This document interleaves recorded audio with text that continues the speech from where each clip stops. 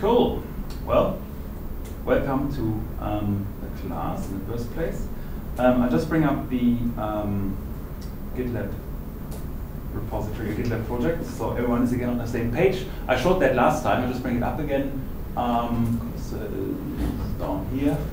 So we have, in order to work together, basically, we generally use, we means the Bachelor of Programming kind of teachers and second year onwards, we tend to use GitLab. GitLab is basically a variant of GitHub, but it has more rich features in terms of project management, if you like. We have wikis and the likes integrated with projects, so think about it like, enhanced version of GitHub, and we can host it locally.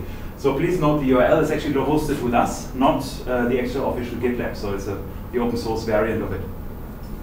For the ones that haven't seen it yet, this is kind of the main page that we are going to interact with. Well, Simon has edited it 8 minutes ago, interesting. I suspect he's on the stream now. So this is basically the main wiki page. If you join, you will see all the details there. We also have an issue tracker, which we're going to use extensively, which is over here. Are you guys all comfortable with issue trackers? Who's not conversed? Have you used issue tracker? So the idea is basically from software development, just to get a brief introduction. What's your background? What's your background in terms of studying? Are you informatic? Informatic, yes. I'm in master, studying artificial intelligence and databases. Okay, good, cool. Right. So the guys here are primarily, I think they have a software development background. So issue trackers are quite common there, right? The issue basically, all right, you have a repository with code, right? So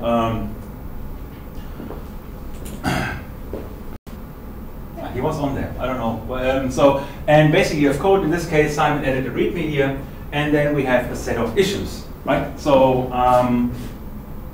that could be related to that particular problem. We'll use the issue tracker in particular for signing up for papers. Generally, you would, for example, highlight issues with code that has been submitted so people can address it. And you kind of have a kind of a follow-up mechanism by commenting on issues. If you just see a closed issue here, for example, there was a question about the Thursday issue. We had some interaction about it, and basically here I made an announcement there.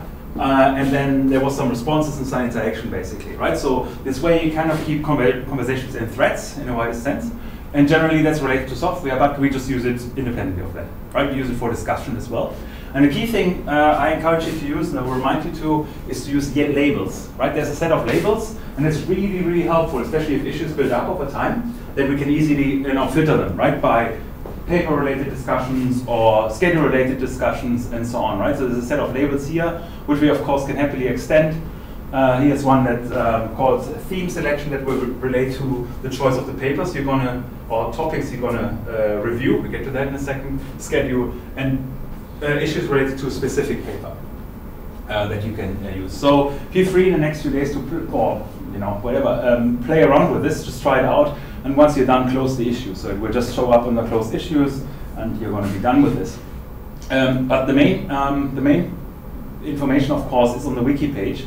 I still need to update it a bit, but the idea is here, everything related to this paper can be found here. That includes a link to the stream. Right? I'm streaming this on YouTube right now, so you can access it at any time with the same bad quality of the setup. And of course, there's the schedule as well, which I built up over time. We are kind of a bit ad hoc here right now, and mostly because you will be involved. And further down, you see something that's called papers. And that points you to a different wiki page. You see on the right side, there's a set of wiki pages you can access as well. And this is a set of papers related to serious games in different areas that has been collated in part by Simon from previous iterations of this course. But also some updated papers on some new themes that you guys came up with, because last week we had a bit of a introductory reflection session, and everyone was sharing, well, in this case, his experience with games, what background people have with games, and also which interests they have in serious games and why they hit scores, right? So this must be a valid reason for that as well. And based on this, we kind of have a set of topic areas that you can explore. for that. So, and the idea of this course is then that each of you, and again here comes the master element into play, that each of you also has well, the task of actually presenting some theme to the class. Right? So you guys will actually get up here and actually hold your presentation, introduce us to a topic of choice. In part, of course, because I'm lazy, right? So you do the work for me. But the actual real reason is there's sense behind it, because every time I'm talking about something, I probably develop a stronger understanding about it than you actually do, right? So learning by doing, basically. So you're actually teaching in a wider sense, and then entrench your knowledge. And you get, of course, the questions from the audience, right? So that's why I invite you to ask me and bug me with respect to topics. So that's the idea. But also, I mentioned that before, as a master's graduate, you're more likely to be in a somewhat supervisory role, right? So you likely instruct people, right? And instruction of people implies also, you know, it's not coercive suggesting what you're doing, not using the imperative, but actually training people, sharing, supervision is one of the elements as well, talking to people, right? So, and teaching is one of the examples of those. So that's something, a quality criterion as well, that you want to fulfill. So that's what we expect. That you hold pretty much a lecture. It should be shorter, probably not a 2-hour lecture. It's not really helpful, I think. But if we think about 45 minutes to an hour, should be possible. And the idea is that it will be based on your research in the first place. Of course, the topical choice that you make. So I try to move around a bit left and right, so you have an equal probability of seeing me. So that may be an option as well, of course. We'll deal with this later. But so once you have picked your, or we assigned your topic of choice, then you actually have a, do some research on it, basically. You get papers assigned, because many of you will not have prior exposure to research papers. I'm not sure. Have you guys independently looked up research papers or worked with research papers? We had the scientific methodology in the fall. Right. So we have a bit. Cool. So did you review papers based on quality, or what did you look for? What was that? We had some assignment where we either got the paper beforehand or found the paper our own and wrote an essay about it. So sort of. Okay. All right. Okay. Yeah. So that's a good idea. Yeah. So we of course the essay writing. There will be a report involved, but here it's really more about the meta review. Basically, you take a paper and take it apart. Tell me what's good about it, what it actually intends to do.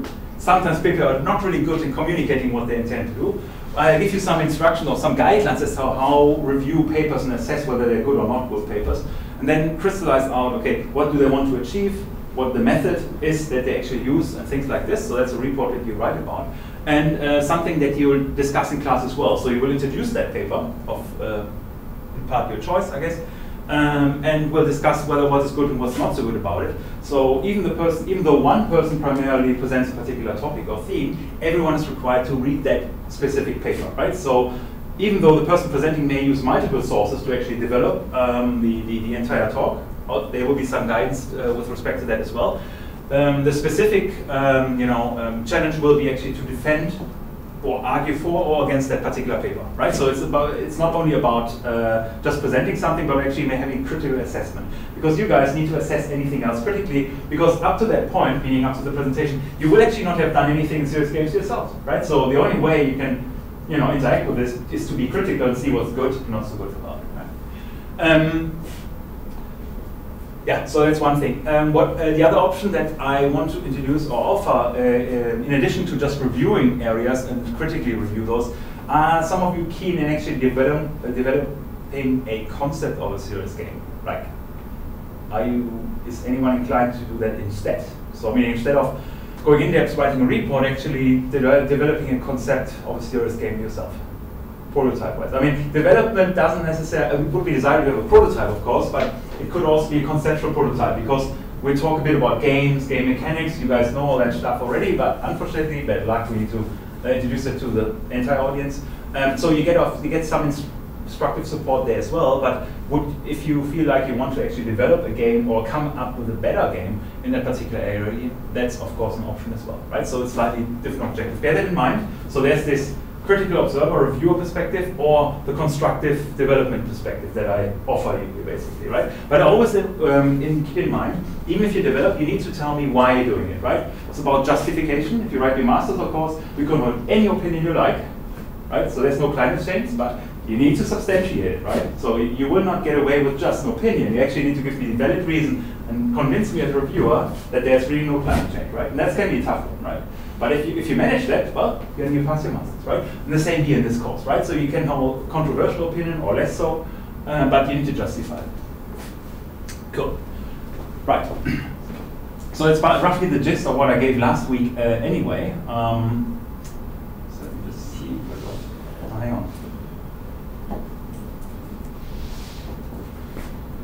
on. Right. So hang on a second here. I'm just telling you I'm already in the session, but I will need him eventually. He's the expert in serious games and ran the course before, but he dared to move to New Zealand, so I'm stuck with that task, which is not the worst of tasks because I have a lateral relationship to serious games, as you will see anyway.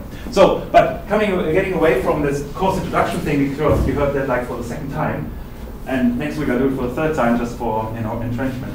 No, this week is really about getting closer to the guts of what it actually is about, right? So, what are serious games, right? We had some intuitions last week.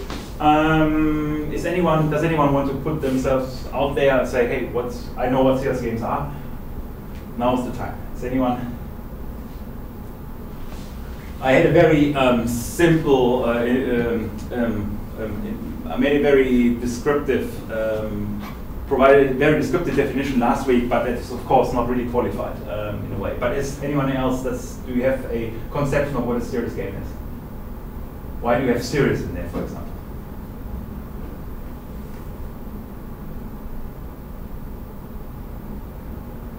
Are there unserious games or unserious games? Games not really meant for entertainment first. Yep. Yeah. So that's a conventional thing, right? So if they're not for entertainment, what are they for then? I mean, so to stimulate the mind, generate ideas. Yeah. Cool. Yeah. That's anything else? I mean, that's right. Simulate some sort of reality. There you go. Yeah. So stimulate the mind. So what do you think when you said that? What did you think about intuitively, like stimulate the mind? Give the player a situation they would normally be in, and the options that the player may have or have not in the given scenario, and see how it plays out. Yeah. Cool. So you're thinking more like a cognitive challenge there in mind, right? Yeah. Cool. Other ideas? So that's correct, but it's a broad field. Yeah. Gamification of education. So very good. Right. Okay. Yeah. Okay. Gamification of education. So it's a concrete example, right? So are you implying some learning elements there? I mean, education is also. The first thing which comes to mind with me is those typical math games and what's it called? Geometric game. Yeah. They are typical. Yep. I don't know concretely in a school education situation, yep. but they at least aim to educate and learn something to the user. Yeah. Hidden, I suppose. Yep. You solve problem solving and learn something in the same way, and you get rewarded for completing others. Right. Okay. Yeah. So cool. So education-centric learning. Yeah. Or games. Yeah. Other areas. What do you want to achieve by using serious games? Sometimes.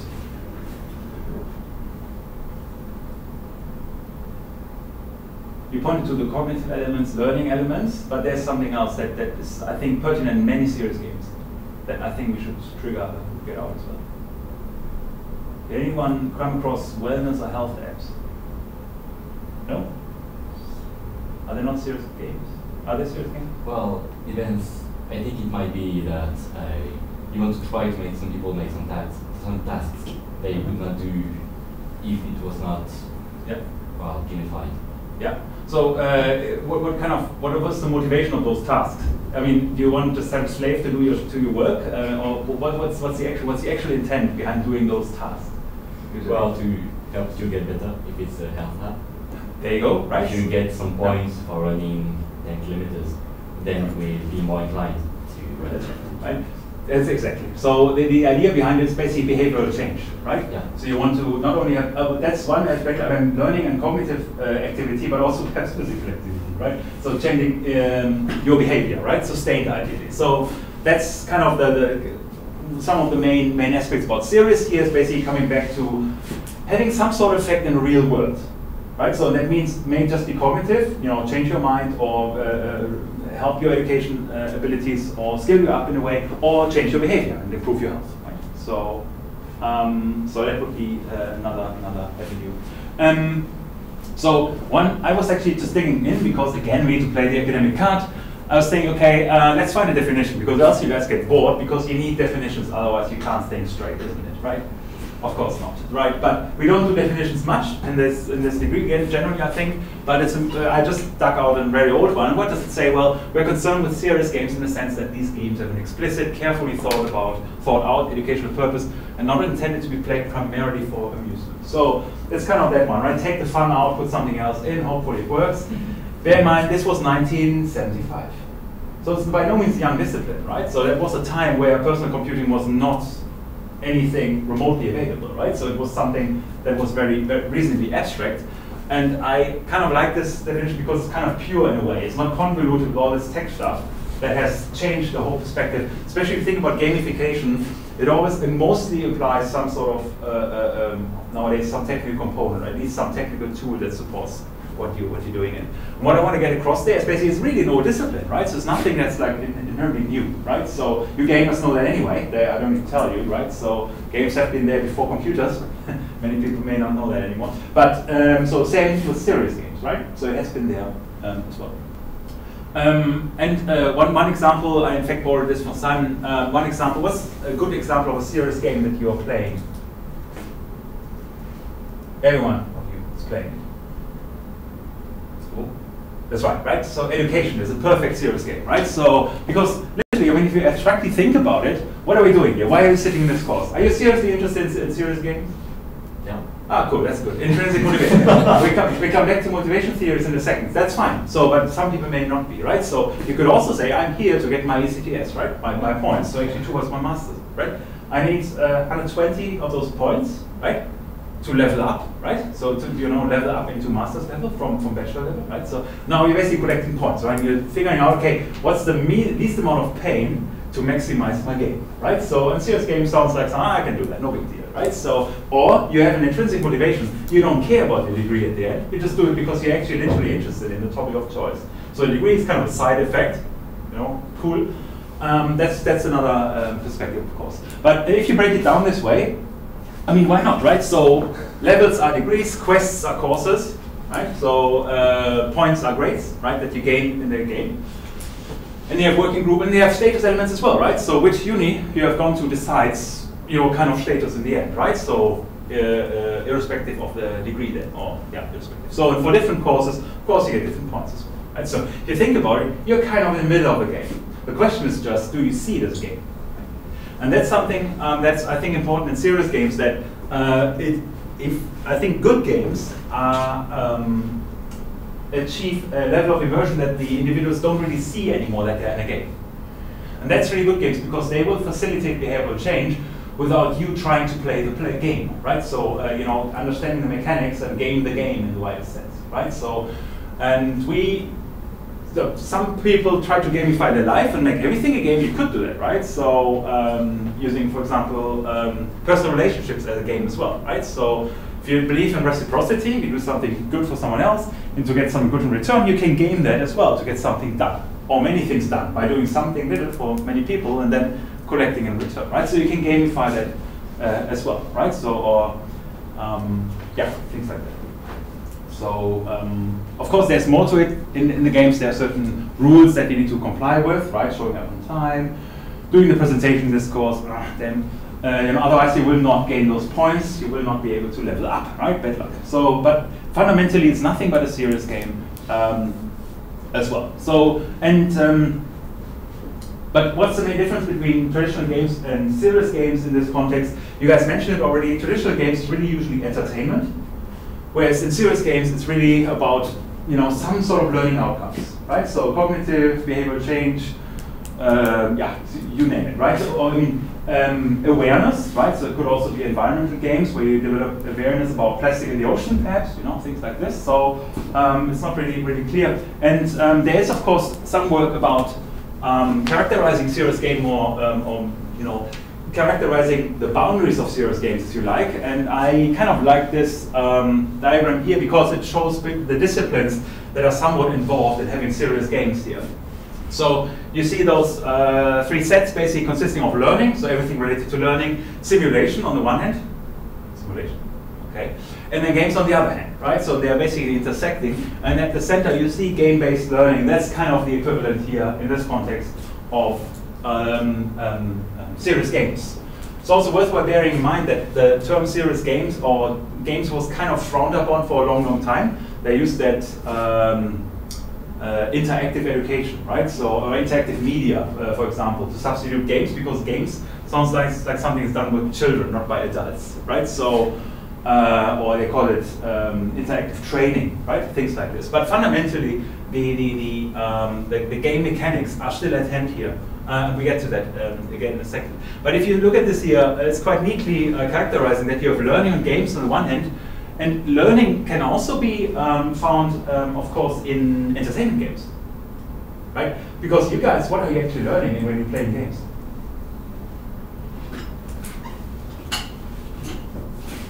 What are you learning at least when you're playing games?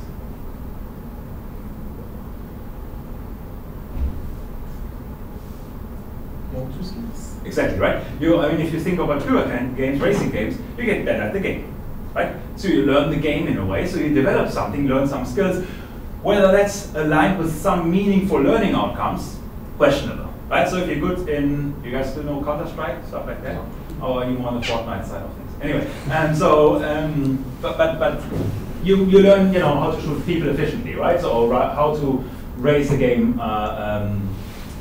you know, in the best possible manner as well. Whether that contributes to your lifelong learning, yeah, question mark, we can see, right? So that's why there's a bit more of an pull by actually simulating real world event. Every time we talk about simulation, here we mean that we have an artificial representation of something real, right? So if you have actually a racing simulator that prepares you for you know, racing in Formula 1, because you are supposedly a pilot, right? Well, then you're actually getting much closer to that idea that the learning outcome is actually defined, well-defined, as opposed to just learning the game, right? So one of the most classical, often cited serious games, does anyone know that? It's from the interaction domain.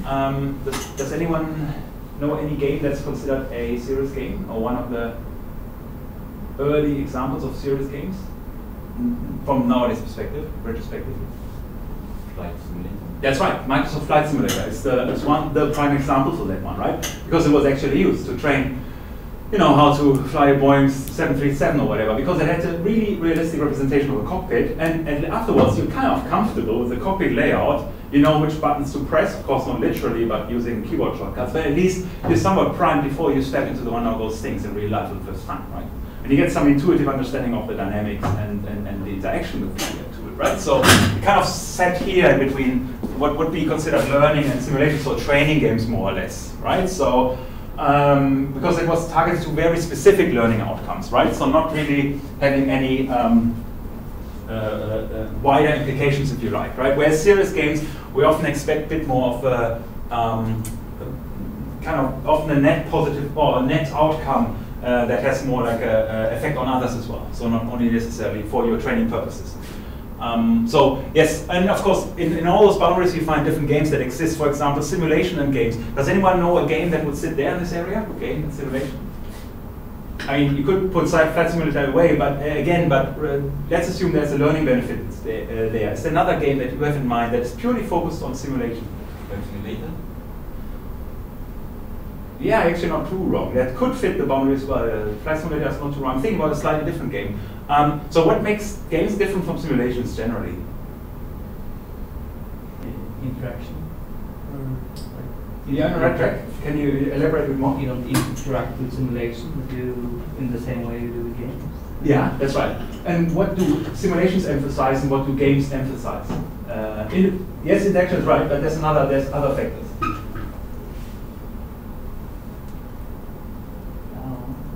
simulations first and foremost. Yes.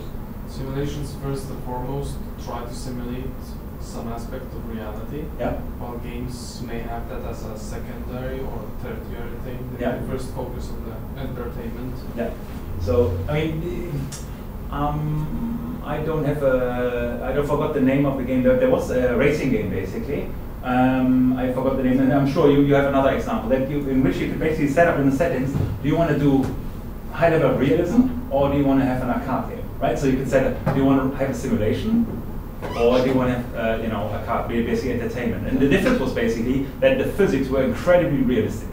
But if you actually drive a racing game with incredibly realistic physics, it's incredibly hard, very frustrating, and oftentimes really boring because the animations are simply not there. You just fall off the track, and that's pretty much it. Whereas in arcade games, you have a bit more of a fun effects as well, right? Your car's flying, spectacularly, and you get some feedback while it's flying and things like this, right? So, and between those extremes, so one is focused, as you mentioned, it's really about realism, linking to the real world. This one is about linking it also to the player's entertainment again, right? So, in all those intersections, this is not a perfect kind of schema, right? You see, the reason why I'm putting this up here is, you see a lot of those schemata in many disciplines that are ill-defined in many cases, right? So here we are kind of saying, well, it's a very interdisciplinary thing, we have all those components, but not everything always fits hard and sharp, right? So sometimes there's a bit of fuzzy boundaries there. I just want to put it out there. But it helps you to at least delineate what it's not sometimes, right? When if you look at the game, what category does it fall in? Is it more like an entertainment thing, game-based learning, purely simulation, or purely training, right? So what are the main foci of the respective tasks you're doing? So all the things I'm showing you can also use them when you doing actually a review of the game to characterize and categorize it a bit more. We get to that a bit later. But basically that's the idea here. So we're sitting in between learning, simulation, and games, so roughly there, right? So previously called interactive media, now it is serious games. So, right, what are serious games? I kind of was looking at the literature, and there was the Summit on Educational Games, I believe, in 2006. And the question is basically, what characterizes serious games? And one of the things was, where do I stand without annoying anyone? It's super hard. Probably should be in the back, actually. Yeah, anyway. So, clear learning goals, right? So it needs to be clear what the user should learn.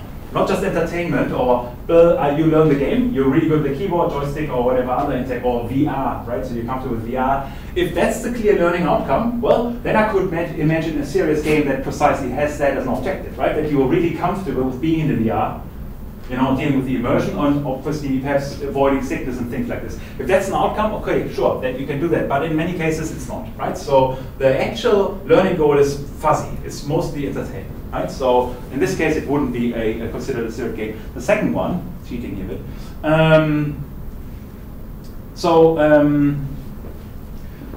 That you kind of have a reinforcement mechanism. That you basically repeat experience. If you want to facilitate behavioral change in people, it's usually not working by doing something one time. Right? You guys know the 21 days rule for behavioral change? The idea is that if you have a good behavior or bad behavior, you want to entrench it, do it for around 21 days or 3 weeks, and then you have a decent chance that you actually entrench that behavior. Right? If you go running for 21 days, doesn't mean you go daily, but let's say every second day, much more likely you pick it up afterwards. The 21 days, of course, is seemingly arbitrary. Just say it's a decent amount of time that you interact with this. Same here. So the game, or the task of the game, will be actually to remind you, to interact with you in a way that you are encouraged to repeat that activity. And if it's, for example, a cognitive task, you also want to practice that opportunity or that skill that you have learned, let's say linear algebra, in different cases, different contexts within the game.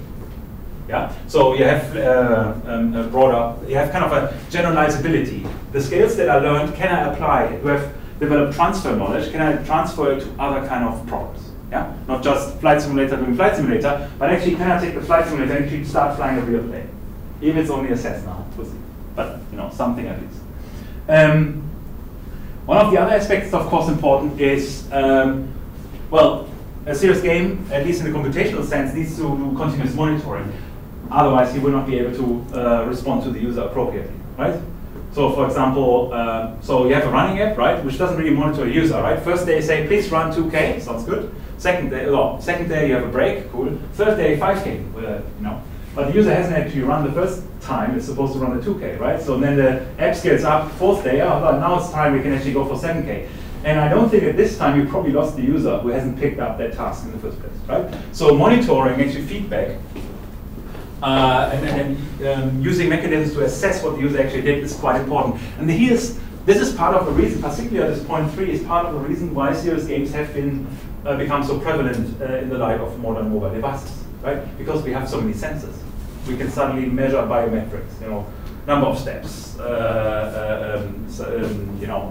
activity, skin resistance, and things like this, right? So we have so much opportunity or fall detection is another mechanism. Anyway, there's a lot of mechanisms that can be nowadays used to close that feedback cycle, not just to instruct, do, and then you get better at it, but actually collecting data as well, right? So, yeah. So, and in addition to that one, the idea is to go beyond purely of what you're actually learning, right? To actually again to apply to the real world. Another aspect is this bringing in the simulation perspective by closing the gap of what is entertainment, of what you're gamifying, what you are trying to emulate, and you know how it actually makes sense, how it's transferred to the real world. How can you make actually people sustain and actually continue running, for example, right? If you have a game, you often abstract from real world experience, but you will only be able to actually entrench it if you allow the ability to actually, you know, do it in the real world, like running or simulation, or for example, you're using flight simulation, but ultimately go into a real plane to continue your serious game there in a wider sense. It's kind of closing a gap between this. If you have too large of a gap between this artificial world and the real world, then it probably won't work out. And serious games try to minimize that. So it's this idea of encouragement. And I think many of you heard about, in terms of encouragement, heard about the idea of challenge and flow. You guys definitely experience design, hopefully, believe. Anyone else? Challenge and flow? Yes, no? No, cool. So this is about adaptiveness of the game. So it relates to the third point that was made there. And it's a kind of you all know this experience. So basically, so I'm going out of Olympia and try to pronounce the name. Mihaly Csikszentmihalyi. Okay, that was that. Anyway, the name is there. I don't want to disgrace that person by pronouncing him wrongly. So the idea is, he came up with the idea, okay, how can we have the best possible learning experience? It can also mean, the best possible learning experience. The idea is there, how can we ensure that people actually, when they do something, that they get into what is called the flow. And this characterized here, if you see those two axes. On the x-axis, you have skill level of the individual, and then the challenge level. And the idea is there that the challenge level, so the tasks, the challenges that you put up, for example, linear algebra, need to correspond to the current skill level of the individual. Right? If the individual is low skilled, then, and you provide a high challenge task, for example, the only thing you provoke is anxiety. That person will never touch your app again. Right? You will have lost them immediately, right? So on converse, if you have an individual that's highly skilled and has a very low challenge level, that person may or may probably not come back to that particular task as well, right? If it's particularly highly skilled. If you're really good at flight simulator and you have a very simplistic flight simulator dynamics, that may be good for relaxation, but after playing that, the individual will probably go away from it, unless it's just for relaxation purposes. But most certainly, the individual will not learn anything from it. Right? You will just play the game for fun, right? So, so the idea is there that you kind of have a system, and that's true for all games, but in particular for serious games, that is adaptive to the user's skill level, right? So if depending on the skill level of the user, you want to provoke a challenge level that corresponds to it. And that's where the feedback cycle is quite important, that you actually monitor what the user is doing to know how far you can push it, right?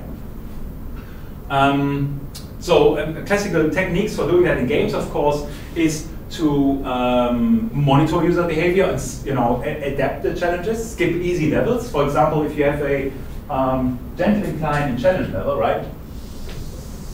Because the game is laid out this way, if you have varying levels, you know, oh, this person is actually picking up fitness quite fast because the young individual, or has some sort of genetic advantage in terms of building up fitness, or you just omit certain levels and just jump higher. So basically take shortcuts in terms of the challenge levels, right, that you can do.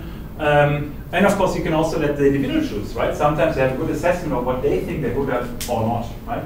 So it's both this automatic adaptivity, but also giving individuals a chance to do it. Of course, it needs to be tested. It's largely subjective. But every time you feel, for example, that you're getting something done, right? So you're coding, for example, you're getting into the zone. I don't know, you guys know that concept, right? So you read these, whatever, you're immersed in what you're doing. You're at the core of the algorithm you're currently implementing, and everything else doesn't matter, right?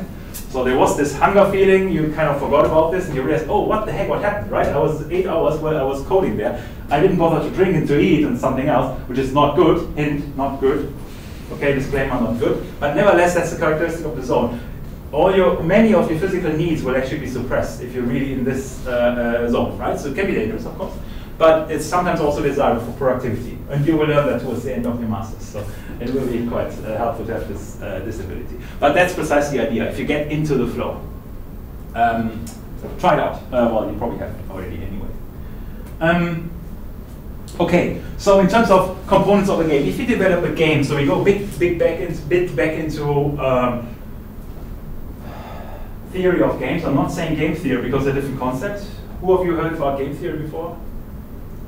Economists? Yeah, you heard, right? Yeah, of course you heard, of course. Sure. So I'm not talking more generally about how to develop games. Game theory itself is a subset of that one, but it's actually more grounded in economics and balancing and things like this. So we'll talk about this to some extent, but not deeply. So the main component of the games. What are the main considerations when you develop games?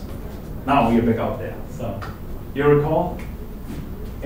What are the main components you need to consider when developing a game?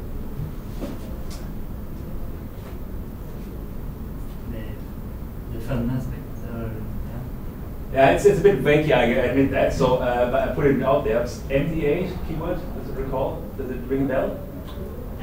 MDA.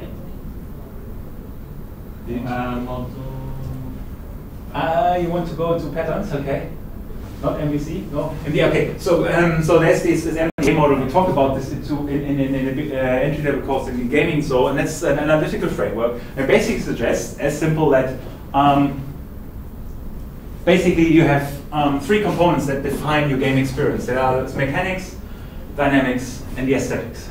Right? When we look at games, well, we of course only see the user interface or whatever we're interacting with. But what is actually exciting is the underlying mechanics, right? So I was talking to a student last year, so I'm citing someone, so don't take it literally, but he told me, well, Ubisoft is always on the aesthetic side, right? They actually don't care, many of their games don't care about refined mechanics and the interactivity, but they're always beautiful. They really look good, but the gameplay just, it's not there, right? Whereas other games that can be inherently simplistic have really, really nice mechanics, right, of interacting, and that makes the aesthetic secondary. I mean, my intuitive thinking, I'm not sure if you guys recall GTA 1, the first one, the really old one, yeah. If you played from, top.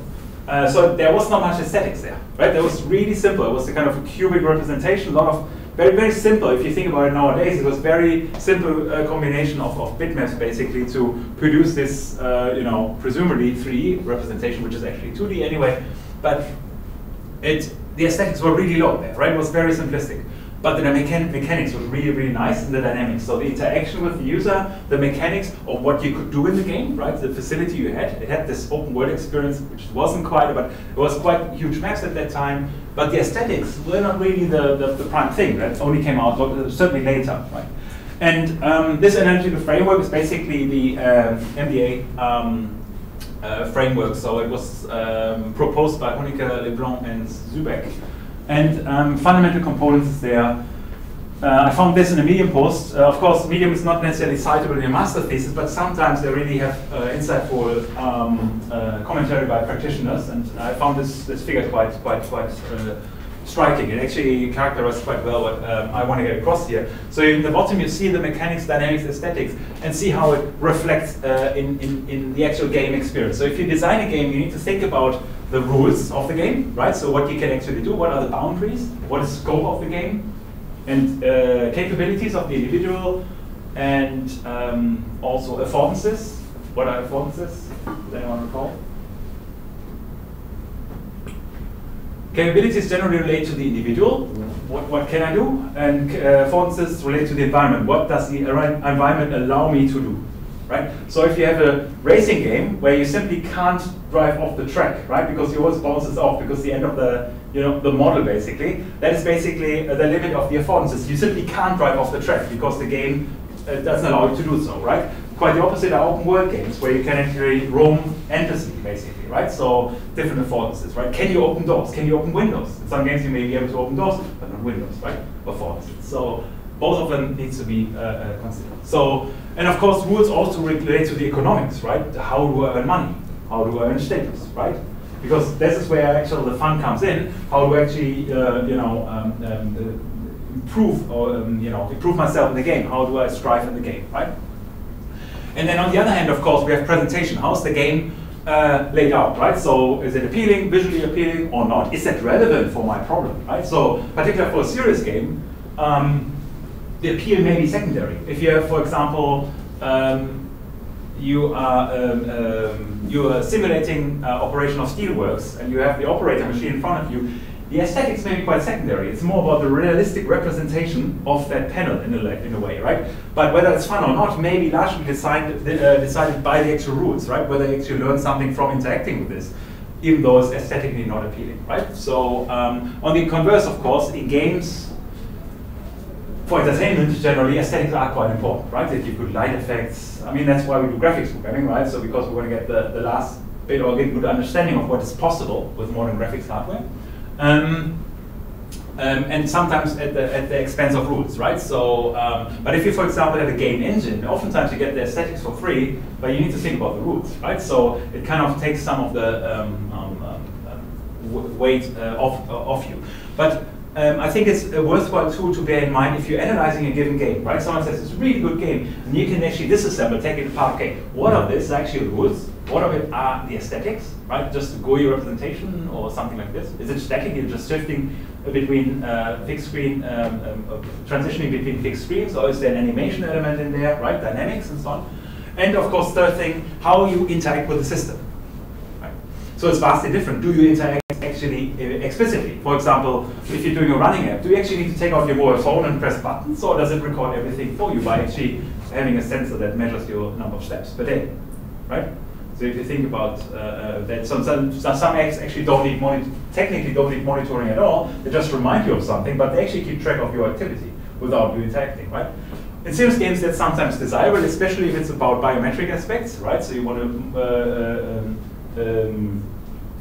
monitor, how's it called? I want to use that term. Monitoring itself. What's the other term for that one? Where you monitor, collect data about yourself continuously. I need to look it up. Anyway, basically, for games that are continuously operating, supposedly, not just start and stop. Basically, they are started and you're doing something and they're stopped afterwards.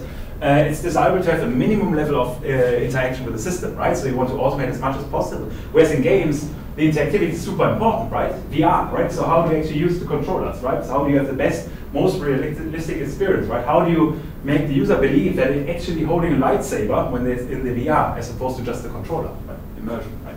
So that's where this comes into play, the relationship to the player. But think about those three components, which apply to pretty much all games, but in extension, of course, also to serious games. But more from a developmental perspective, from an analytical viewpoint. And if we interact with the system, you generally have this discourse, right? The designer generally starts with the mechanics first. What is the essence of the game I'm developing, right? And let's usually think about the rules of the game, right? What the scope is, what you can do, what the objective of the game is. So that's all on the left mostly. Then I think, okay, how can we have the user interact with it? Should it be a mobile device, laptop, VR setting, right? So card game can be as well, right? So possible. Which medium do you basically use? And then the aesthetics, how does it look like in the end, right? Whereas the user, the actual player, sees it from the other side around, right? So oftentimes the mechanics are hidden. Because as soon as the user knows the actual mechanics, the user starts gaming the game, right? As opposed to playing the game, right? So if you know how the rules of the game work in university, you start gaming the game, gaming university, right? So Good example, for example, if we give you, I'm kind of intuitively opposed to it, giving you, if you're sitting exams, in this course you're not sitting exam, right? Hang on, you have an oral exam in this course, I think, at the end. We check that, I think we have an oral exam again. So much about my preparation. I always forget those things if you're involved with 4 courses, but the key aspects there, for example, if you, we ask you to sit exams, right? And we give you previous year's exams. We kind of tell you a lot about the mechanics of the game, right? Don't we? Right? We know the type of questions we'll be asking. It may not be exactly the questions, but the rules and the structure and the wording will probably be the same, right? So actually we give a lot of insight into the game. So actually you're ending up on the left side and trying to play the game as opposed to playing the game from an aesthetic point of view. Here's your piece of paper, please share your knowledge, right? So it's kind of a different situation there. So sometimes it's worthwhile thinking about it in this way as well.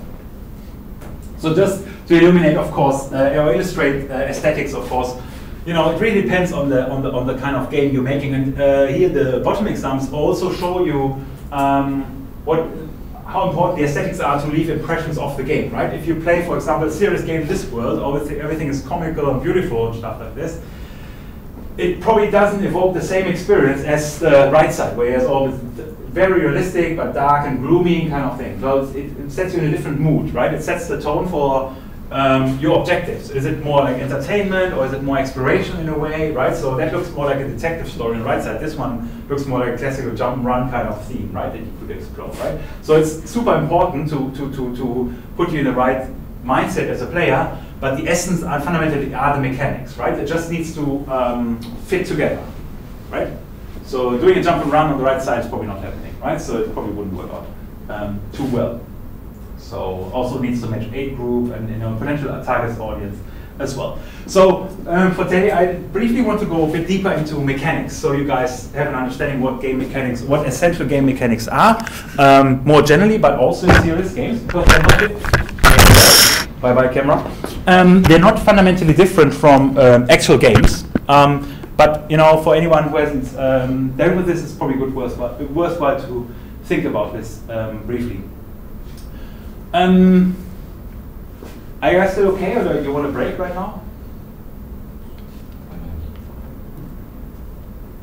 I do another 15 minutes, give you a break then, or does it make? You can just continue. Just continue? Okay, good. So you started late anyway, that's on me. But I'm always reminded usually by my students that, hey, you want a break? We can't keep our eyes open anymore, you're so boring. Okay, well, that happens.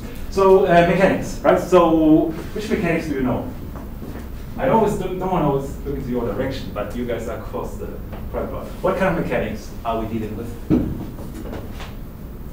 when we develop games? What are important aspects when developing games? Scoring. Scoring, super important. Yeah, cool. What else? That's cool. You get there. What else? Physics. Physics, is it important for every game?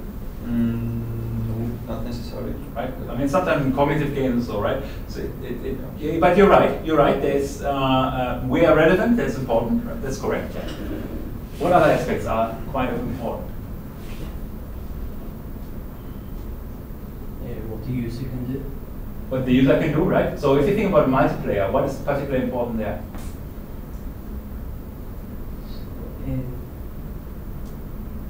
don't know how they work together. Yeah, but how do you ensure that if you guys are playing a game, right, multiplayer, what do you think this multiplayer needs to ensure so you continue playing it together?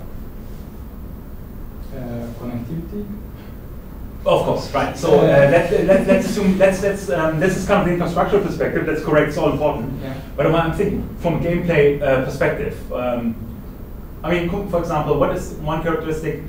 Okay, so we're playing chess, right? I play chess with a full set of players, right? And in your case, I remove all the pawns. Would you play that game with me or against me? No. Why not? Boundaries, I suppose. Why I would want to. So if I remove half of your figures, right, and I keep this full set of figures, why wouldn't you play against me anymore? Because it's unfair. It's unfair, right? So what is not maintained? I want to get to a particular word. Balance. Balance, right? So that's the key thing. Games need to be balanced to some extent. Yeah, it's quite important. And of course, you guys know all that.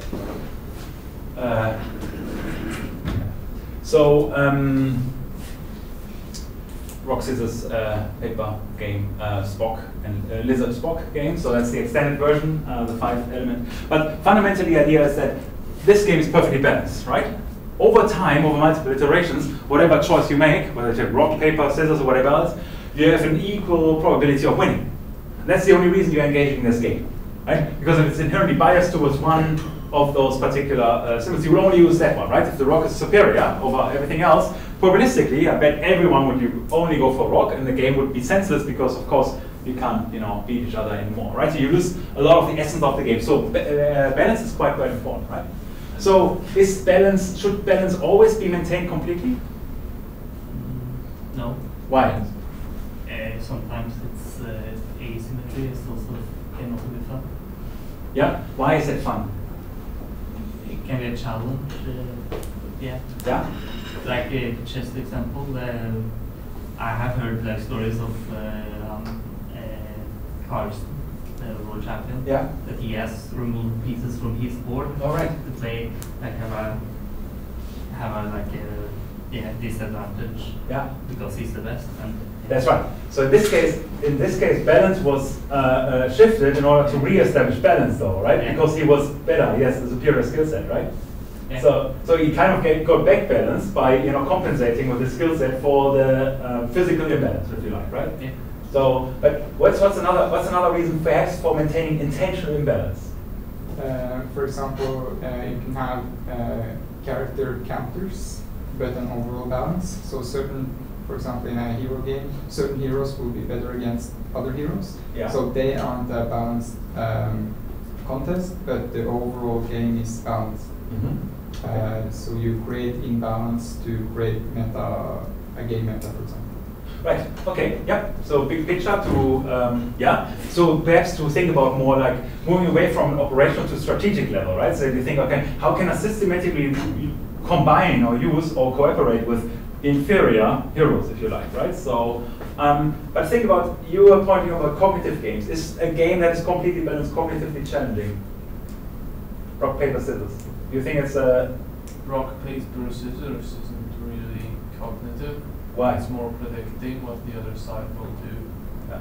So, exactly, right? So there's probably very limited learning benefit you get out of it, right? So you just observe your counter player, and then you guess or second guess what they probably will be doing, or in worst case, you just play randomly, right? So that's always the safe fallback strategy, because you should have an equal chance of winning. So the point is there, if you have a perfectly balanced game, it's probably not really worthwhile. Especially in the past, when AI wasn't as advanced, the AI would usually cheat at different skill level, for example, in strategy games. So playing against a hard AI wasn't balanced towards you because the AI actually cheated, but to match your skill level or give you a challenge, they did it that way. Right, yeah. So, yeah. That's right. So that was again the skill compensation that you mentioned in a way, right? So you compensating for the different skill level, yes.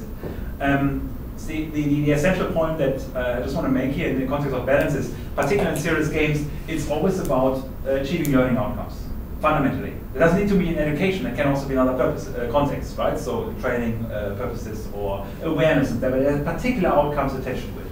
And maintaining complete balance will generally not ensure long-term engagement, because it will just not be cognitively challenging. There's nothing to learn, right? So because we play rock, paper, scissors, right? Tomorrow we'll play with someone else. Did you learn anything from playing with me? Probably not, right? So perhaps you got a bit faster, and in your motor skills, again, the typical kind of game outcome. But is it really a learning outcome there?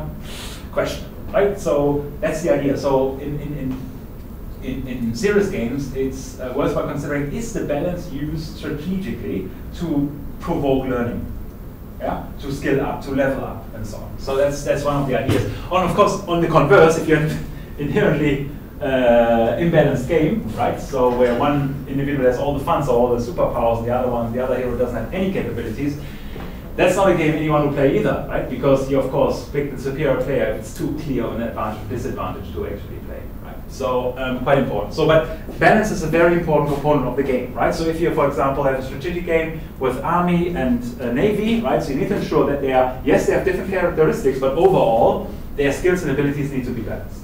Right? It takes way too long to build a new ship or for the Navy side, but it's by far faster to build a tank. Most likely, you will end up with a very unbalanced gain of unless, of course, the ships are nearly superior to tanks. Things like that. And of course, yeah. So I think that's one of the things. Another example in terms of non-cognitive challenging. Some serious games are inherently predictable. So the early time serious games where they have some health training, no, not health, they have some hazard training games, right?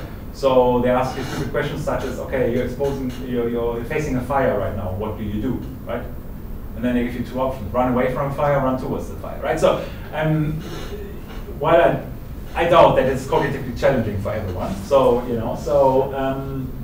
but in such obvious cases, this is also not cognitively challenging. You're not learning anything from those games, right? Because there's barely common sense in there, but there's nothing you take away from playing this game. So after 5 of those stupid questions, you kind of stop playing it, right? So seemingly there may be value in there, but actually it's actually not. So if it's too blunt and too obvious, there's nothing worthwhile playing it for as well anyway.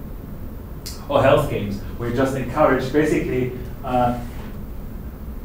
anti-diabetes game, right? So, okay, and then you have the option, okay, eat junk food or eat veggies, right? So it's like a super obvious choice, right? What you need to tick in order to score in the game. Does it correspond to reality? No, it doesn't, because I still do game jams and I want to eat, pizza and drink Coke. Can't care less. But just to beat the game, for that matter, I'm ticking the right boxes, right? So that's one of the examples where it doesn't transfer back into the real world. It's not going to happen, right? So those games kind of don't work. So either too obvious, and of course too balanced. Both of them end up with kind of cognitive indifference. So you don't actually have the benefit from doing that, right? So other than that, you mentioned points before. We get to that in a second. But another mechanic that's important in games is currency, right? Currency has the meaning of exchange, because that's one way of facilitating interaction. Else you're playing your game with yourself, right? So there needs to be certain value that you can trade for. Yeah? So you earn coins and trade them for a badge or something like this. That allows you to skill or level up, right? So currency in this kind of serious game that we're playing right now, education here, would be ECTS. Right? You're just collecting your credits basically to level up, right? Same game. So, and that may be used for exchange if it's a multiplayer game where you actually exchange funds, but it also may just be that you're collecting them and converting to something else. Again, from a system or something like that. Think about it like an exchange kind of solution. But the currency, in whatever sense, is also used there as well. And slightly different, but similar, is the idea of points. You can also earn points, for example, in games, in pretty much all games. What's the reason for having points in games? To have a way to measure your success. Yeah, so it's a distinct measure, right? But it's also a predictor. So for example, I'm again borrowing that example, I think it's very striking. In exams, right, written exams, you sometimes have questions and they say, oh, worth 3 points, right? Or 5 points, 2 points, 1 point. So it gives you an indicator, a predictor, as to how much effort do I need to put into that question in order to get the right answer, right? If you have a 5-pointer and you spend 1 minute on it, very unlikely you get the 5 points, right? So for you, it can also be a predictor. Is it worthwhile engaging this effort, right? Whether it manifests itself in currency that it can use in the game afterwards is a different question, but that's one of the particular ways of dealing with games. And now, of course, the most interesting things that is relevant is our reward structures, right? And yeah, so what do I get for one action, right? So does anyone know what that is there?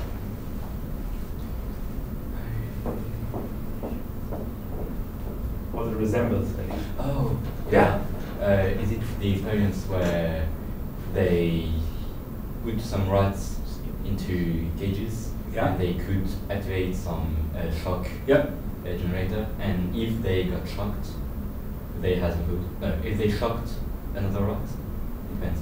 That's a slightly different experiment. Yeah, we get to that as well. That's a nasty one. But this one was more like a single-player one. Okay, so if they get shocked, then they get food. Similar like this. So the idea is basically that you have a lever. So the individual, or the rat in this case, they used the rat, was actually in this so-called Skinner box, and it was learning about conditioning of individuals, right, with respect to expectations. So the individual, or that rat in this case, would press a lever and would, depending on the what it actually did, would get either food or shock, right, probabilistically. So there may be a good outcome, bad outcome. So the idea was to motivate the individual to always do a particular task and to avoid doing another task because you get a shock for it. Quite straightforward, operant conditioning, right? So we encourage you to do good stuff, to press the right button, yes, I eat veggies, and to avoid getting the wrong button, right? Of course, our reward structures are different. We get increasing points or we lose points, right? Things like this, right? So that's the main idea there. But what the actual outcome of this one, I mean, that's quite obvious, right? So if you have, that's simple reinforcement learning, basically.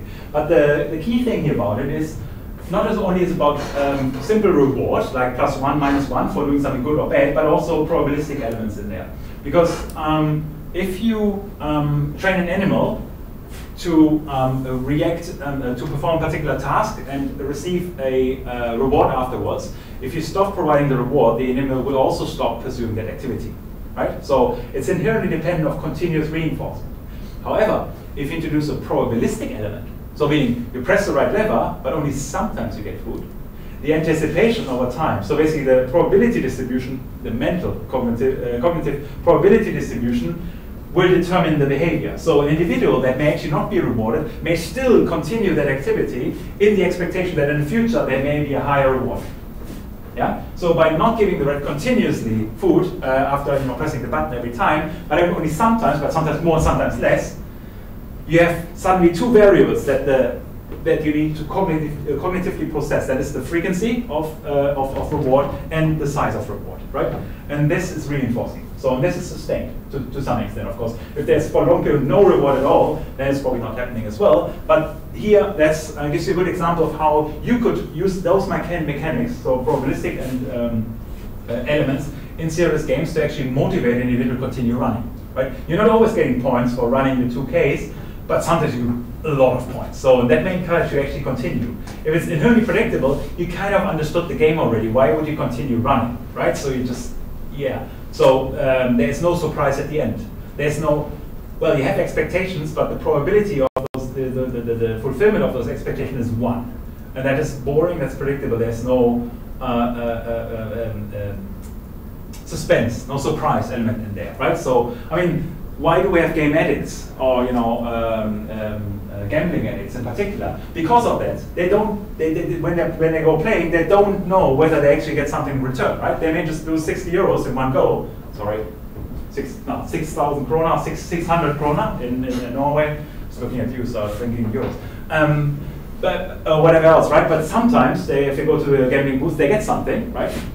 And sometimes they get nothing. Nevertheless, those guys come back, right? Precisely the same effect. The expectation, the anticipation of a large reward eventually will make them continue the activity. If they know they get 600 krona every time they play, they gamble, right? So they suddenly don't get it anymore. Well, they will stop coming to the gambling booth, right? They will not get it anymore. So, and this, of course, can be negative, but it can also twist it into something positive, right? So you're actually encouraging continuous behavior. So that's, I think, one of the most interesting mechanics that you can bear in mind if you want to develop a game, of how to encourage continuous involvement in the game, right?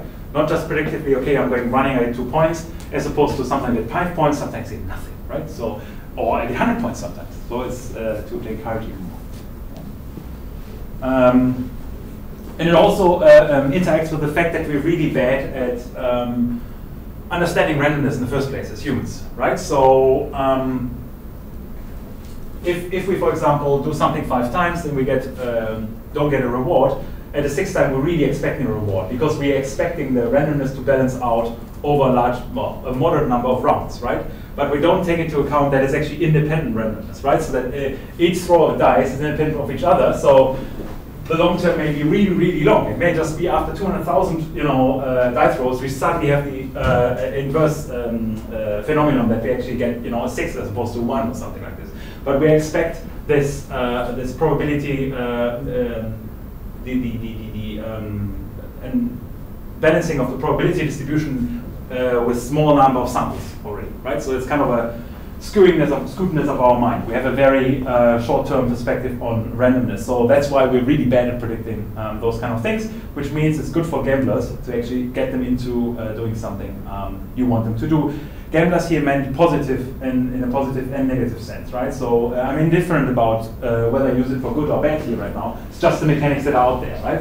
You can actually have gambling games that use that tactic, or you can have behavior reinforcement or modification apps that use it for good, right? So something like that.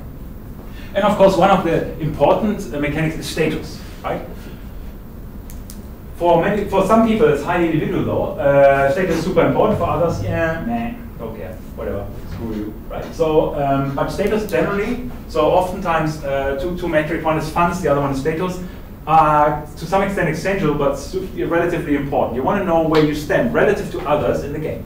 Yeah? So many of those health apps, for example, will tell you, well, you know, you actually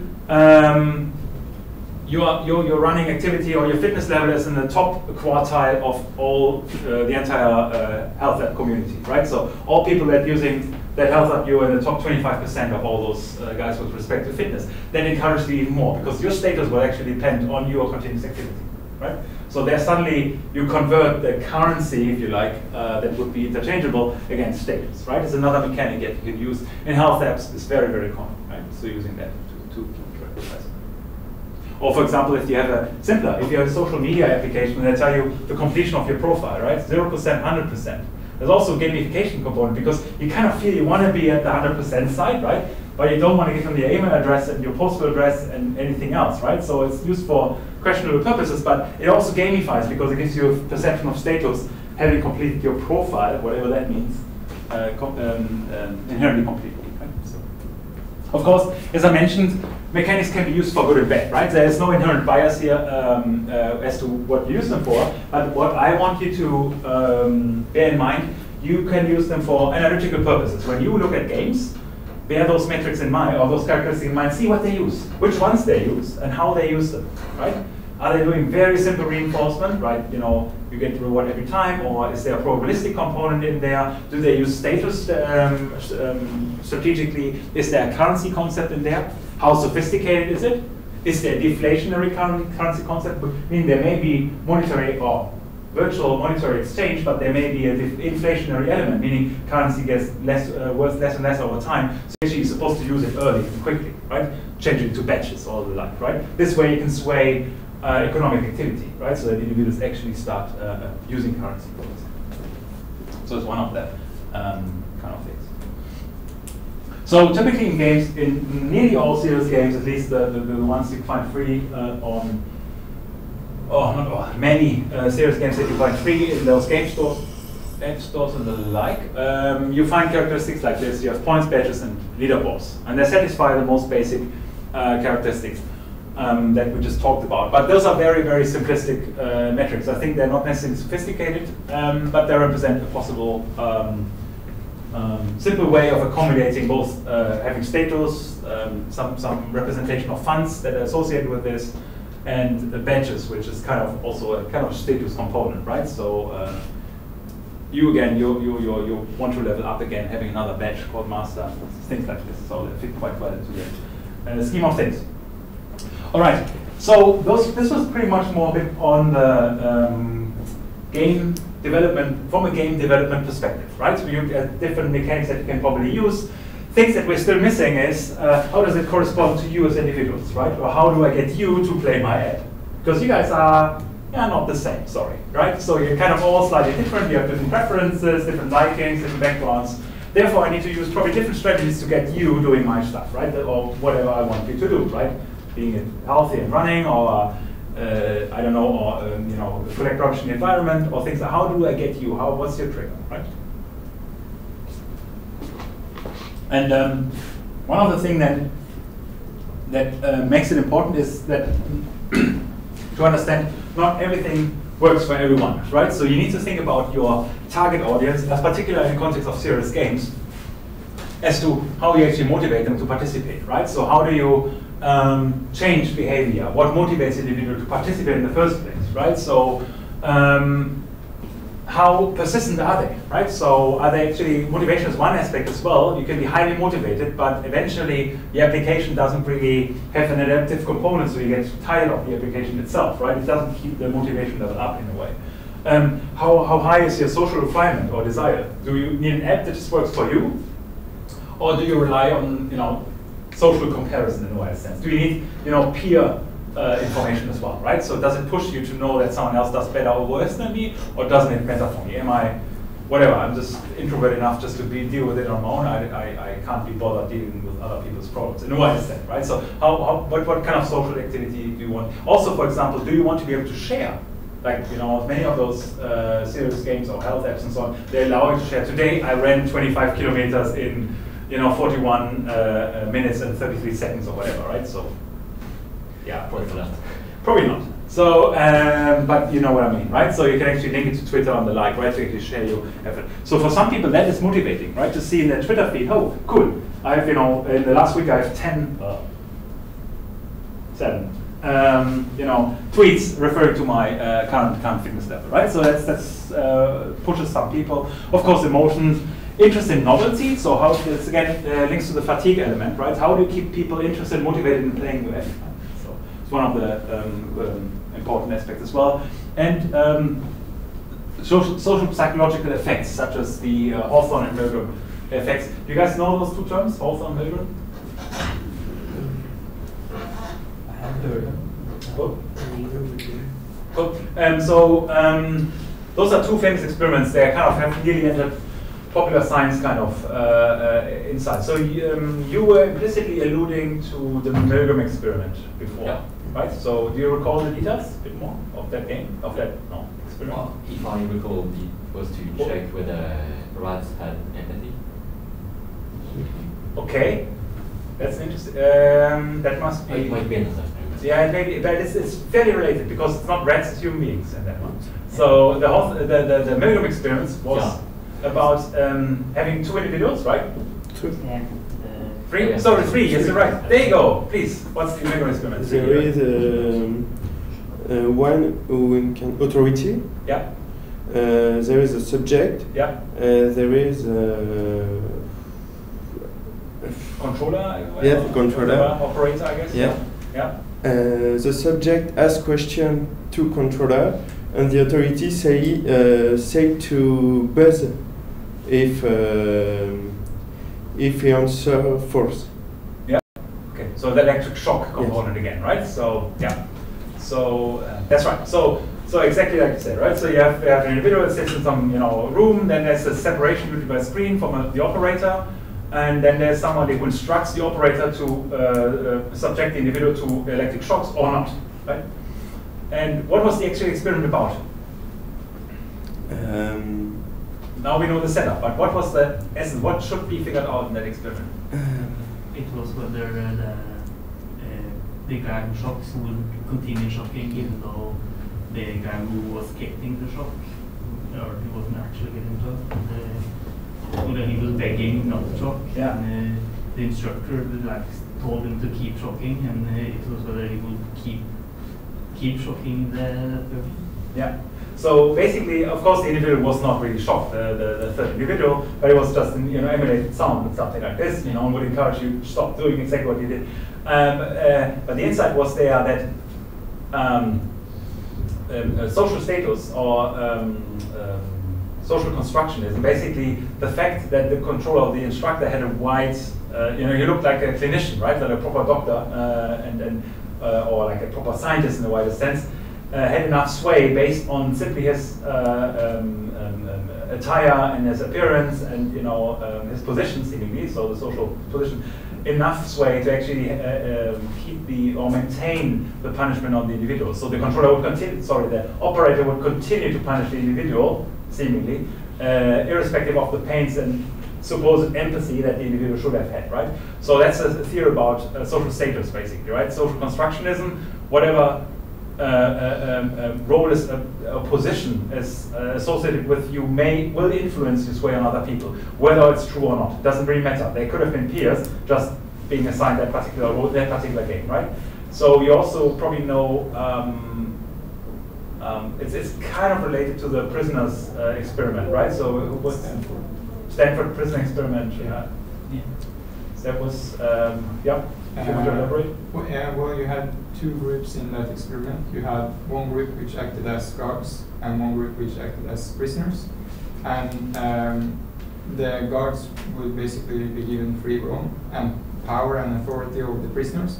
And they monitored the level of coolness which developed over the experiment. And it was about how humans portray or are being able to be cool. So we have normal people and how cool they can be in a situation where status is, you have one group with ultimate status and one with no status. And they conducted that every human is being able to portray coolness, but it has been a bit criticized in later literature about the experiment survey or the power the experimenters have over the subject in the experiment, because they advocated to being cool. Yeah. There's this sway element in there, right? Actually, it's running half hell. Right, this precisely that one, right? So there's the element of sway. In fact, many of those seemingly medieval social psychology experiments have been, of course, to some extent debunked, or at least reviewed with respect to their sensibility. I mean, you probably wouldn't be able to pull off many of those experiments nowadays, anymore. Anyway, thank you very much. So that saves me for the last 10 minutes, because literally running out of power. So that's right. The other one, Hawthorne experiment. Does anyone recall or know about this? Bit simpler, not as complex. No. Good. So the idea was basically that was in the time about industrialization. So early 20th century, I think it's early 20th century. I don't recall the date directly, but the idea was finding mechanisms of increasing worker productivity, right? So it was set in an industrial setting. The idea is how do I make my industrial workers, so assembly line style kind of work, right? Routine based, very simplistic in a way, not simplistic but routine based nevertheless. Perform better, right? Perform more. And the idea was there. Okay, let's explore what lighting conditions could do, right? Increased lighting has increased productivity, right? So and so on. And the Hawthorne effect was something very unexpected, and the outcome. The insight was that as soon as you attend to an individual, it will change productivity. So it was totally independent of whether you increase the lighting or reduce the lighting. The fact that you dealt with the people and took them as people had an effect, and they suddenly increased productivity. After you stopped the experiment, turned away, whatever, everything is set, productivity went down to original level again. It was just the effect that you actually care, right, about the individual. That makes sense. And that's the same here. Again, if you think about serious games here, it's about, do you have an app or an experimenter behind the app that actually interacts with the user, cares, right? How did you do today, right? So, so if you just reinforce that the app actually seemingly has an intention of caring for the individual, it may actually have an effect with respect to what you want to achieve, right? So that's the interesting insight there. So not a distinct factor that decides this, other than just the interactivity itself. So, and of course then it's more or less for different individuals, but it's also a very well-known effect. So status plays a role, general attention plays a role as well, right? So it's quite relevant as well. Looking at, we have a few more minutes. I want to get a few motivation theories out there, because they are super important in the context of serious games, right? Of course, because we want to motivate people to do something, right? So it's a bit social psychology heavy, but I just want to put some terms out there, because many of the papers may or may not refer to some of those theories, so at least you have some basis. And then you can still see if there's another theory that hasn't been covered here. Of course, I'm certain there are some theories in the papers that you're going to review that haven't been covered, and you can explore and describe them as well, and contextualize them, whatever you heard about here. So there's a set of theories that are worthwhile having in mind, in particular the concepts that are associated with this. And I think one of the more important motivational theories is the self-determination theory. And this is kind of actually a group, or nearly a school, I guess, of theories and experiments that has resulted in a large number of papers in the area of psychology in particular. And the idea is there that what drives us? Can we identify what actually, can we pinpoint what actually drives us? And you guys probably have heard about extrinsic and intrinsic motivation. Yeah? Who? For the ones that, has everyone heard about it? No, it's fine as well. No, not sure. Extrinsic, intrinsic, what is extrinsic and intrinsic motivation? It's like external motivation and internal motivation. Yeah. Yeah. External would be things, yes. Not sure how, like other people Yeah? motivate you for some reason. Can you bring it to an example? I'm not sure. Should I give you one? Yeah, sure. So, education. So you just before mentioned why you're taking a serious games course, because you're interested in serious games. That was an example from motivation that sits within you. It comes from within you, so it's not stimulated, or at least not stimulated by this environment. Maybe stimulated by your upbringing, your parents, and so on, or maybe innate to you, right? But you are generally interested, right? Whereas you could also take the course just to get the points. That would be extrinsic motivation. You say, I need those points.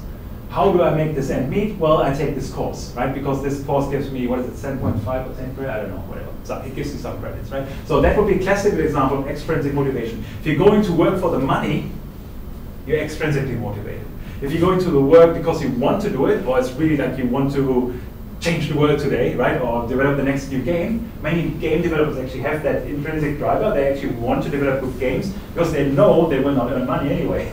So they're kind of a lost cause. They're really good developers, but they know they already don't want money. So the only choice is to actually be intrinsically motivated, right? So, and self-determination theory, or the group of theories around it, is about how to figure out what makes you tick, right? What drives your motivation? Can I find something that activates your intrinsic motivation? Because the idea is if you find intrinsic motivation, it's sustained. Extrinsic motivation is like the reward structures discussion with the Skinner box with the rat. As soon as the external stimulus submises, it's over, right? So if you're not paid anymore and you're relying on this external stimuli, it's very unlikely you're showing up for work, right? So, but if you're intrinsically motivated, then it's quite a different thing. So here it's really about figuring out what are the internal and external factors that drive your motivation fundamentally, right? Of course, there are more refined differentiation. I'm really superficial on the theories right now, just to point you in some directions, and you know which concepts to associate with those with, and you can look it up in more detail. And the second theory I want to point to, also in a context of industrialization, is the two-factor theory by Herzberg. And the idea was there, things that motivate you, are they the same, or is there a continuum of satisfaction and dissatisfaction in your whatever you're doing? So are the factors that drive your satisfaction with what you're doing on a continuum with factors that would stop you from doing something? So the idea was in a work setting, and Herzberg figured out in his experiment that, well, things that motivate you, like autonomy, independence, responsibility in a workplace, may be very motivating. They call those motivational factors, but only if hygiene factors are met. That means, good, for example, what are hygiene factors? Hygiene factors are factors that don't make you quit work effectively, right? So what would be a non-satisfied hygiene factor would be if you have a really, if you have a really shitty social relationship with your coworkers, if there's bullying in the workplace. You may have full responsibility and autonomy, but there's bullying in the workplace. You probably nevertheless quit the workplace because you're dissatisfied, irrespective of the opportunities that is provided to you, right? So, and that was the idea. So the understanding that things are not necessarily continuous, right? So it doesn't necessarily mean that even by activating individuals' intrinsic motivations and motivating you to do what you want to do best, developing games, for example, it's not enough. You actually need to satisfy that, for example, the working conditions are sufficient, right? So that you're actually not in a hazardous environment, right? So that you have decent relationships to your coworkers, that you're not bullied, that there's no micromanagement by your supervisor, and things like this, right? So that's the kind of idea there. So why I bring this up? Well, the idea is there. You need to look at it from a holistic perspective, what an individual experiences. Only then you can actually find the right motivators, because it doesn't just help to motivate factors. You also need to ensure that you avoid disturbing factors. That put them in problematic environments, right? So yeah, so I think I leave it at this. So that's one of the other theories. Right, the BMAT theory by Fogg for behavioral change. The idea there, so moving away from the pure motivation, what drives you is how can I drive behavioral change, right? Assuming you have a bad habit and I want to change that, right? So how can I make this happen?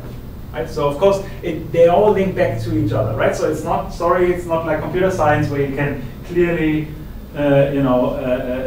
differentiate and separate different concerns. It's all kind of interlinked. Many theories actually fit into other theories to some extent, right? So, the boundary is not hard and sharp. But the idea is in the BMAT theory, which is also used for behavioral change, and I think it's quite intuitive.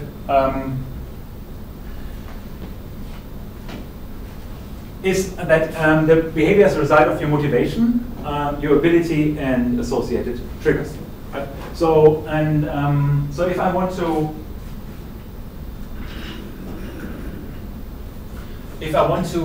bring your fitness level up, right? For example, right? So first of all, you need to find out what motivates you. So it comes back to the self-determination. What drives you to, for example, become more fit, right? I don't know, want to participate in Olympic Games, right?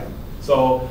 But the other thing that needs to be satisfied is your ability to actually do that. Is it actually realistic you achieve Olympic level skill, in terms of fitness, right? So is it really realistic? I don't know, right? So you kind of, based on your limited abilities, even though you have the high motivation, you may not actually do it because I will never reach it anyway, given my abilities.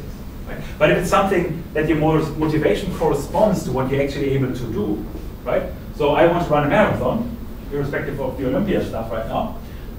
I'm motivated to do that, and I have the ability, because you presumably have, it's feasible, it's just a matter of training. The third thing that you then need is to basically to have some sort of trigger that drives that says, okay, now's the point in time I need to do it. Right? For example, a deadline for a marathon sign up, right? So it's 6 weeks there's a marathon. 8 weeks, 12 weeks there's a marathon, I want to be fit for that, I've never run before, right? So there needs to be some sort of trigger, deadline, necessity. It can also be an experience in your life, right? Someone else, I don't know, getting some sort of disease or something like this that could trigger you something, to do something about your motivation and your ability to actually put it into action, right? So to provoke this behavioral change, right? So an example, elaborating this example on, for example, the idea of smoking, classical idea for behavioral change, is how to provoke change there as well. Well, usually you may be motivated to stop smoking if you're smoking, right? So, but why are you not doing it? So, well, one of the things that actually will keep you doing the same thing is the fact that you have a pack of cigarettes around. So that's probably not helpful, right? The other thing is also an issue that you, for example, in a social environment that promotes smoking, for example, your co-workers all smoke, right? And that basically would be then a trigger, right? Because if you're in that situation, you have a break basically from work, 5 minutes break, smoker's break, they even call it this way. Outside, that was very common in your workplace. I'm not sure how it's nowadays, but this would promote a trigger, right? You have the motivation, I don't want to smoke. You have a pack of cigarettes, and then there's the trigger, and boom, you activate your behavior, right? So if you want a behavior change, you need to do need to do it similarly, but the trigger, of course, needs to point in different directions, right? So that's the key idea. It's about motivation, ability, and the trigger. Cool. The last thing I want to point to, because that's a different one. That's the more integrated theory. In fact, that's a very old one that is derived from theory of planned behavior and so on. And basically says, well, hang on, guys. If we talk about human behavior, it's not that quite simple, right? So we actually need to look to multiple factors that could drive us, right? So first of all, if we, for example, want to have some sort of behavior, right, that we want to pursue, and we have, well, first of all, of course, we need to have the attention to the behavior. But there's also a lot of circumstantial factors that are relevant. So, for example, what do we think about a certain behavior? For example, I think smoking is not a good idea, shouldn't do it, right? Okay, sounds good. What are the normative beliefs, however? This may be your personal perspective, but if your society says smoking is fine, it's good, right? Smoking cowboys, Marlboro advertising, stuff like that. well, you know, that may actually moderate your individual conviction that smoking is bad, right? You may be dragged into a more conventional view that, okay, smoking is probably, it's bad, it's okay, right? So it kind of could work, right? And even if you think that you want to activate a change in society, well, you need to have some sort of perception about your control of that. Can I actually do I have any influence anyway, right? So whatever. Ultimately, it boils down: do I have actually really a choice, right? Do I have really control about it? So I think smoking is bad. Society thinks smoking is good. I don't think I can control it anyways. So why do I bother just smoke?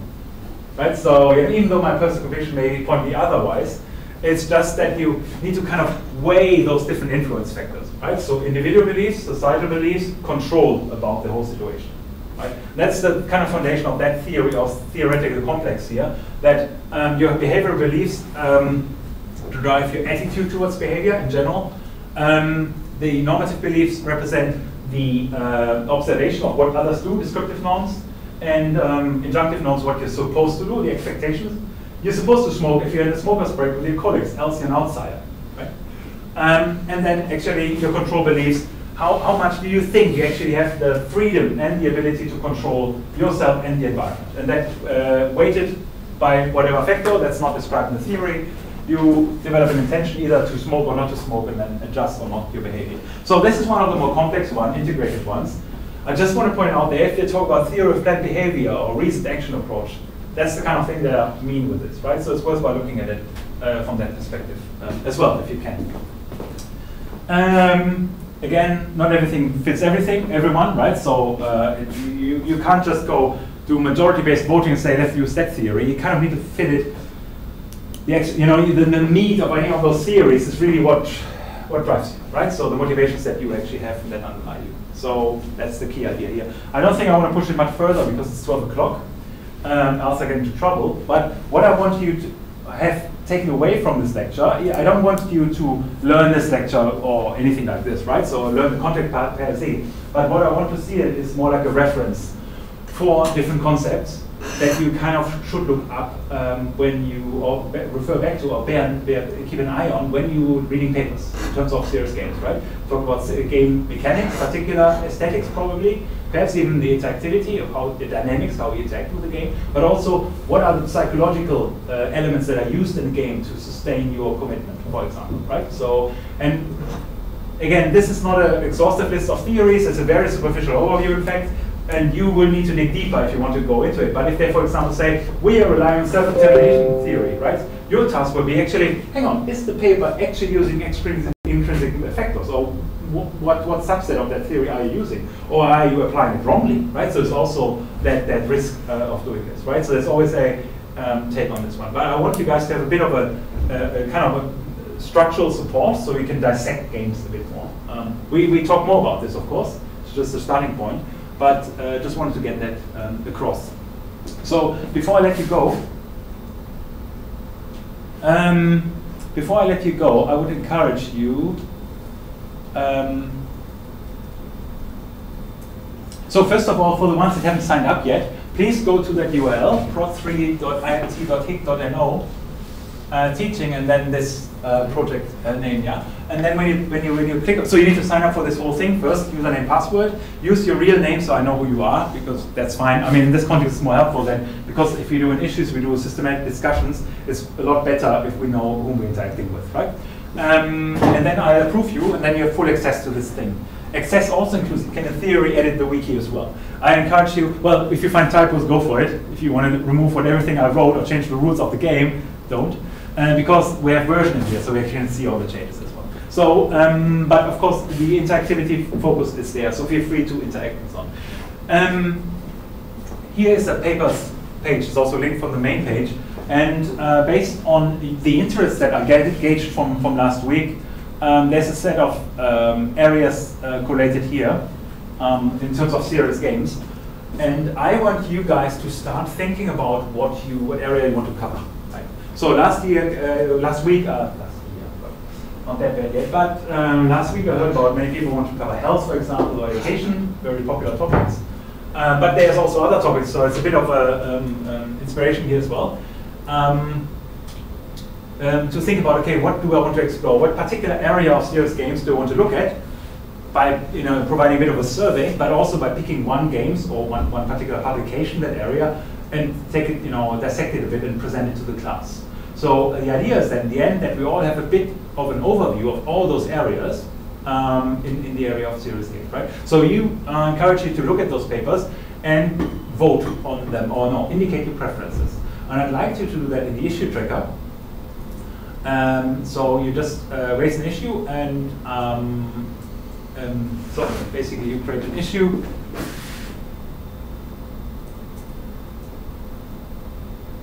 Create an issue.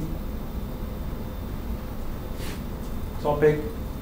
It's probably worthwhile. You can still change the title. I'll just leave a topic right now. So you can say, for example, health, right? So and then you need to rank it. So you can say priority 1 for health, education. That's not going to happen, is it? Priority 2 and propaganda. Because of course games can also be used for bad purposes. Could give it a third preference, right? Why do I want to have the prioritization? Well, because I probably need to throw the dice. Or the next week we can discuss, because if many people want to live in the same area, then we need to kind of differentiate. Or we find subcategories, because health is big. You say you want to look at a particular area of health, perhaps we can delineate this somehow. But I would like to have priority, so at least we can see if we cover everything. If no one is covering propaganda and I see, yes, someone is doing it, I may ask you to go in this direction. But with so few people, I think we can nearly negotiate it. But I think it's worthwhile if you start thinking about it. You can also change your opinion, of course, right? We use it as input for next week for the discussion. And if you feel like also allow this prioritization in a way that you're indifferent about having health and education, but followed by that is propaganda, for example. So you can have equal priority for 2 of those choices as well, right? I think 3 choices is sensible, max, or 3 choices is sensible. So give everyone an opportunity to see what they really like, and we can hopefully carve out and figure out what you want to do. So because there's little value of having 3 talks about health, right? But 2 maybe perhaps dissectable. So that's Myrish, he takes over from here. You guys need a bit of a break. Thank you very much for attending. So when you do that, by the way, please use labels. I'm big on labels. And there's a label called theme selection. Please tick that, right? So we know that is your issue for theme selection, which we work on, discuss about. And then when we later talk about papers, there may be another label that we're going to use. Yeah? Cool so far? Questions? No? Okay, thank you. So it sounds good.